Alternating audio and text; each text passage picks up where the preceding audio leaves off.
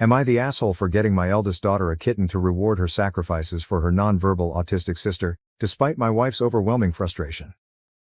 My eldest NT daughter, 7F, has had to make so many sacrifices for her sister with nonverbal autism, 5F. More sacrifices than any child should have to make. She has unintentionally been put on the back burner ever since her younger sister was born. It is clearly taking a toll on her, and I felt really bad. The poor child cannot even have playdates unless I'm there because my wife cannot manage another child alone on top of our two because our daughter with autism needs constant supervision, can be aggressive and is very prone to meltdowns. She cannot even go to friends' houses unless I'm there to help unless the other parent can drive her and bring her back. Because our daughter with autism is too difficult to handle in cars without another adult there. She has also been subject to aggressive behaviors from her sister and has been always expected to let her sister have the first turn, the biggest piece and the winning ticket so to speak. She also had her toys frequently destroyed by her sister. I partly blame myself for this and I'm trying to do better by her. She has been dying for a kitten ever since she could speak, but my wife kept saying no because she couldn't handle any more work as our autistic daughter requires so much care. I see the longing look on my daughter's eyes whenever there's a kitten on the television in a magazine etc. I've tried to get easy pets like a betta fish so my wife wouldn't be overwhelmed but she still wants a kitten. My wife is a Sam and I work long hours. I thought my daughter has had it rough these past 5 years and for once deserved a little joy in her life, so I decided against my wife's wishes to get her a kitten. The joy on her face ever since having her new kitten brought tears to my eyes, and I'm not a crier. My wife is furious with me and has demanded that I return the kitten. Our daughter cried so much over hearing this I have usually acquiesced to her, but this time I put my foot down and said, absolutely not. I understand she's overwhelmed, but our daughter deserves a little bit of joy in her life for once, and as she gets older, she will be able to handle the kitten more. Our daughter is a person, and not just supposed to be a decorative artifact in her sister's story. I understand she's the one who's home and has to help take care of it much of the time, but it will not be a kitten forever, and it will grow into a more independent cat. At least our daughter was asking for a kitten rather than a puppy, which is a lot more work. I've seen a lot of posts here about adult children of disabled siblings going no contact with their parents due to emotional neglect, and I am trying to prevent that from happening. Update. I am the OP here. The other account got suspended, that's why I can't update from original account. My wife and I are now separated and more likely than not getting a divorce. I have tried everything and my wife has refused all suggestions. She refuses respite care because daughter with autism doesn't like strangers. Said the same thing when I offered to hire a pet sitter for the kitten when I'm not home to help. I spoke to an old acquaintance of mine from college who is now a child psychologist because I was at my wit's end. He said, I'm going to be very candid with you. Children with high needs autism such as yours will only get bigger, stronger, and worse. Yes, she may currently be helped by ABA therapy and such. But all that helps training will go out the window once she hits puberty. And in every single case their siblings have ended up with psychological issues. Depression, anxiety, and CPTSD, and often for low or no contact with parents upon adulthood. And telling your child that I'm doing the best I can, and don't take it personal, will not reduce the harmful impact on their mental and emotional health. My advice: get her into a group home ASAP. I'm not saying forget about her or don't be in her life. I'm saying that is where they all end up eventually, and you'll be doing no one any favors by waiting until she's too large and strong for you and your wife to manage. I have not seen one case of behavior improving for the long term until they ended up in a group home. I'm sorry to have to be so grim, but I couldn't bring myself to lie to you. It's no one's fault, it's the nature of high needs, low functioning autism. All the love in the world won't fix it. I thanked him for his honesty. I discussed it with my wife, including the group home. She'll have none of it. A minute later I heard a tumble and 2 loud cries. My older daughter is at the bottom of the steps and the younger one is at the top. She cried, she pushed me. All her mother could say was, if you had picked up your toys like I told you to, this wouldn't have happened. She stepped on your toy and got upset, that's why she pushed you. This was the final straw for me, I said, for the love of God. What's wrong with you? She's 7 years old. Neither of us can handle her and you expect a 7-year-old to? She yelled at me to get out. I told her, way ahead of you, I want a divorce and I'm taking my oldest daughter and Kitten with me. I took my daughter to the hospital to get her checked out for internal injuries. She has a few scrapes but is otherwise okay. Physically at least. Wife never called to ask if she was okay. She and I are staying in a hotel, with a kitten, until I find an apartment. We've only been here 3 days and I already see such a difference in my daughter. She's not the shell of a child I once knew. She's happy, vibrant, calmer than I've ever seen her and hasn't cried once, while she used to cry 1 to 2x a day before. I do also plan to get her therapy ASAP, which her mother wouldn't let her do, claiming no time. But when I offered for her to do Zoom sessions with the therapist, she said no because she doesn't want the therapist judging her. And she absolutely adores her kitten. She stays with my parents while I'm working, and I plan to send more than ample child support, show alimony to my wife and other daughter and let them have the house. I did what I had to do for her well-being. The child psychologist I spoke with said, I'm the first parent he's seen who has advocated this much for the well child. And that broke my heart. Now to the next story. Story 2. Am I the asshole for buying my grandparents' dream house and not giving it to my sister who expected it? My 27F wife, 30F, and I recently closed on our dream house and it has the family torn.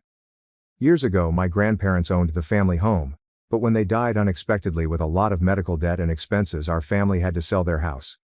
It was heartbreaking and sad and I decided as a small child that one day I would buy the house back. I shared those dreams with my sister. I met my wife when I was 18 and she was 21. Her parents owned a small rental that they allowed her to live in rent-free, just paying for the expenses.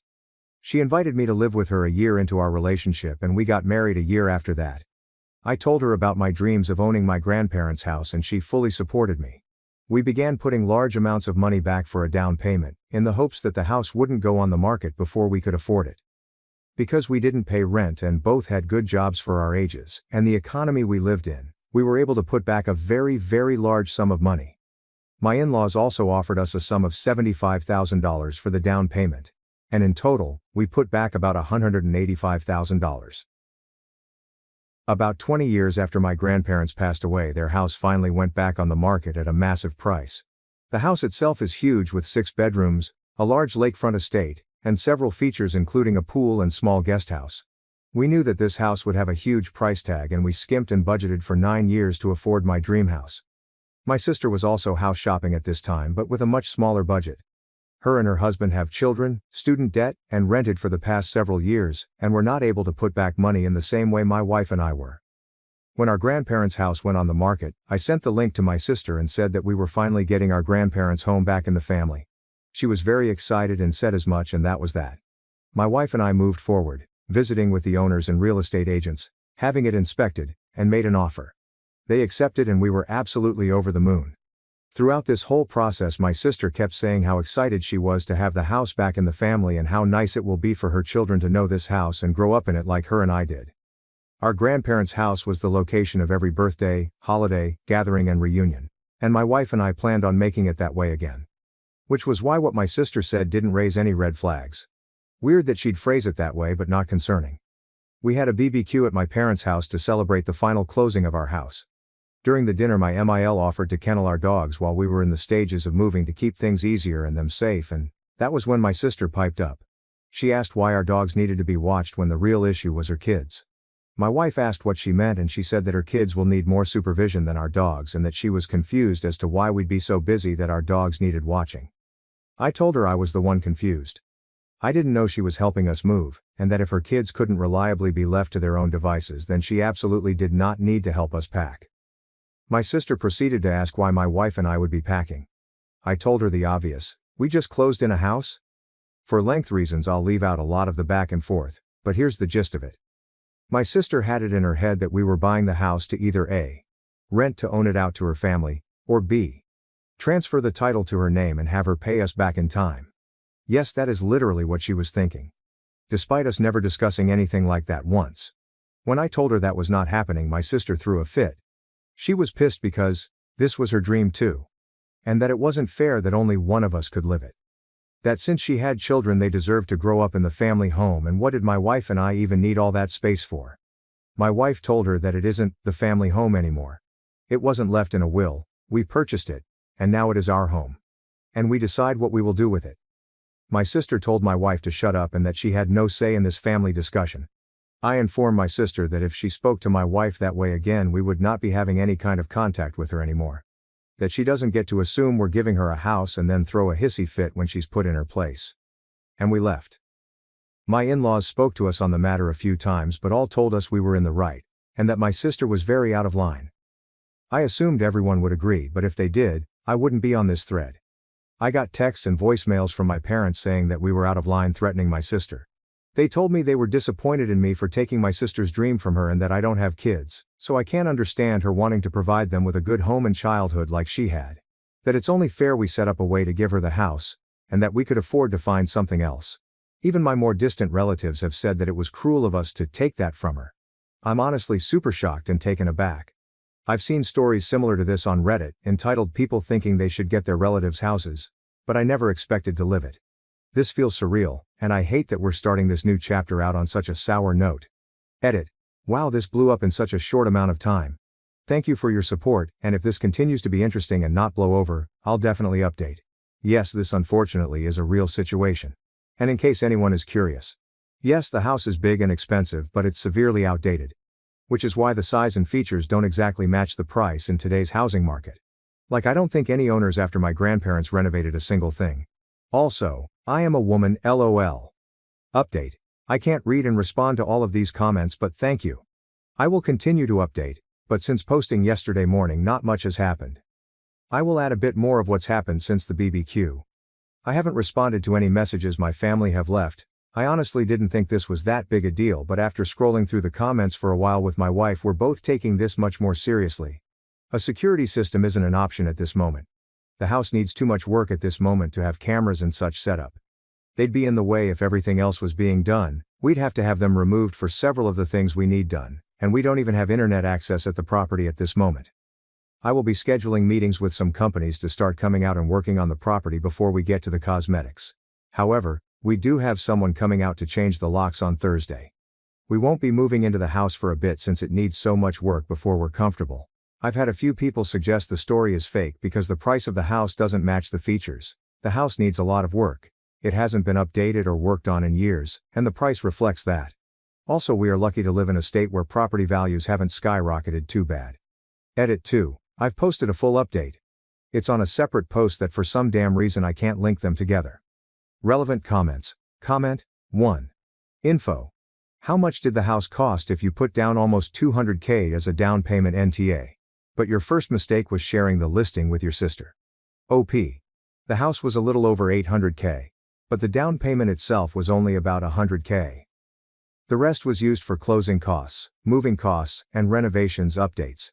It had a seriously dangerous deck that looked like it had been done by the homeowners that needed to be completely torn down and redone. OP responds on getting a will in place regarding the house in case she and her wife passes on. That way her family cannot fight over the legal rights of the property. OP. Honestly, I never even thought of this. I've always assumed wills and trusts were enough, but this is a scary possibility. Thank you. And I will be strongly considering this. Update. For the goddamn life of me, I can't get my post to link, but I'm sure if you're reading this, it's because you've already read my original post. If someone would link it in the comments, I'd greatly appreciate it. Thank you to everyone for being so supportive and offering advice. To those who suggested getting a security system in place, we are going to do that, but the house is not in a place where a security system can be installed. For the time being, we're looking into getting some battery power trail cameras as suggested by one Redditor. I can't find your comment in the sea anymore, but you know who you are. We don't have to worry about internet access and they won't be in the way of renovations. We are restoring the house back to its original glory. Pre-carpeted bathrooms and mismatched wallpaper. Besides fixing broken shit and upgrading old appliances, we'll be having the floors redone, paint, wallpaper, new windows, and opening up some walls that shouldn't be there. For the next 2 weeks, my wife and I will be meeting with people coming out to work on electricity, plumbing, and a few other things, and we have a consultation with a home security company. Along with cameras, we're looking to get alarms and door codes and set up an access gate around the property. One of those that needs either a passcode or to be let in by someone in the house. We've already made an appointment to have the locks changed and aren't concerned about my family trying to squat there. My in-laws have allowed us to park their camper trailer on the property while work is being done, not only for peace of mind but to avoid commuting back and forth multiple times daily. For the actual update. I was hesitant to post this update since it's so soon after my original post, but I guess enough has happened for it to be useful information. The events of the BBQ took place last week, but I only got around to writing it all out yesterday. I sent a message to my parents and siblings yesterday evening, asking to meet up to talk things through and try and figure out what's wrong and what exactly the hell is happening. Earlier today, my wife and I met my parents and my brother's family at his house before my sister arrived. I let them know that if they tried to interrupt or control the conversation we would leave. I told them that I never once even suggested my sister would be allowed to rent out the house or buy it from us. That you didn't know where she got the idea from, and showed them the text strings where I first sent her the listing and every conversation where I updated her on the progress. My mom asked to see the rest of the conversations about the house and I told her there were none. She informed me that my sister told them all that we had made an agreement that my wife and I would purchase it, and then rent it out to my wife's family until they'd paid enough to buy it. That we would live in the guest house, and they'd get the main house. She told them that we had gone back on our deal, and had absolutely shattered her dreams of raising her kids in the house she grew up in. We gave our side and it wasn't difficult at all to convince my parents that we were telling the truth. With the lack of evidence on my sister's part and absolutely no legal documentation, my parents didn't even attempt to try and back up what she told them. My parents were very apologetic and let us know that they never would have said those things to us, had they known the truth, and that they supported us 100%. My brother was supportive of us as well, but he was never one of the people harassing us over this, so his reaction is less important. Around then my sister and her husband showed up. My BIL is a doormat and will give my sister whatever she wants, so I wasn't expecting much from him. I asked her to produce any of the necessary evidence to prove that I told her we'd rent the house out to her. That her lie was ill-conceived and that she better have a good explanation. She attempted to suggest that I had deleted the conversation, but when she couldn't produce said messages, her story fell apart. She started crying, saying it wasn't fair that we got everything handed to us, and that we didn't need a house this big, and that we were rubbing our wealth in her face. So to my understanding, she thought she could trick everyone into bullying us into renting our house out to her? I guess? Like some kind of fucked in the head Scooby-Doo villain? Instead of using ghosts to scare us away, she's using a fake rental agreement that she didn't even attempt to make look or sound legit. We let her know that she had a lot of apologizing to do before we'd consider having a relationship with her moving forward, and that she wouldn't be welcome in our home for a long time. At the moment, our relationship with my parents is rocky at best, for obvious reasons. They let us know that they're here to support us if we need moving assistance or help with renovations, but it'll take some good hard thinking to decide if we're okay with that. We will not be giving anyone in my family a spare key, but my wife's parents will receive one for emergencies. The house won't be in a state to host guests for a bit, so we are choosing to cross the "can my family be trusted at our home" bridge when we come to it. To answer some common questions I've noticed in the comments. My sister obviously has some screws loose, but my parents don't really coddle her. She's what you can consider the golden child, and the baby. But honestly, most of her antics up until this point were just one-upping achievements during our childhood or seeking more attention from our parents. She's dramatic, entitled, and a little selfish, but has never displayed this level of crazy before. Yes, we will get a security system, but not for a bit. No, my family will not be trusted with a key. Yes, I am a woman. I know it's crazy how two women can be married. LOL. My wife and I do not have kids and will not have them in the future. My sister has done some odd things, but nothing as absolutely absurd as this. We will be meeting with an estate planner to put everything into writing. We plan on leaving the property to my SIL and her kids, with my mill as the executor of our estate for the time being.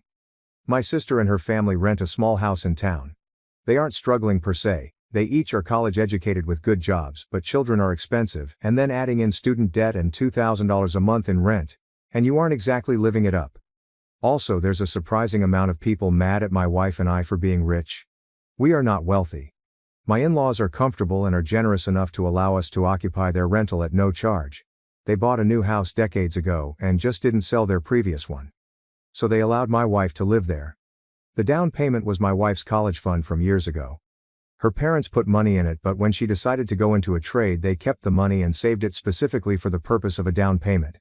When we told them that the house was up for sale finally, they offered the college fund they had kept for her. We work good paying jobs, but were able to save so much because we didn't have to pay $2,000 a month for housing. We skimp and save, and we did damn well earn it. We lived below our means and spent years forgoing any kind of luxuries to afford something we wanted. So yeah, not as drama-filled as a lot of people were expecting or hoping. I don't see this as the end of it, not at all. But for the time being, my wife and I are focusing on dealing with our new house and not my sister. She's blocked on both our phones as of this morning, and I'm not sure when I plan on unblocking her. Relevant comments. Comment 1. Leaving it to your SIL is mad work. You're closer to your SIL than your sister? OP. The sister who attempted to trick, bully, and harass her way into taking the house we just bought and turned my entire family against us? And my SIL is my wife's sister. So yes, she's just as close to us as my sister. Closer after the stunt my sister just pulled. Comment 2. And I would have gotten away with the house if not for those meddling lesbians. OP. Okay, this one got me. Comment 3. Your sister is delusional and has made up a narrative in her head that she is owed or entitled to certain privileges. Your parents are crazy for reinforcing that narrative to her. Good on you for taking your wife's side and not standing for disrespect. Comment 4. NTA. Do not ever give your parents or sister a spare key or the door code. Thank you for watching. If you haven't subscribed yet, please do so and hit the notification bell to stay updated with more shocking real-life stories happening around you.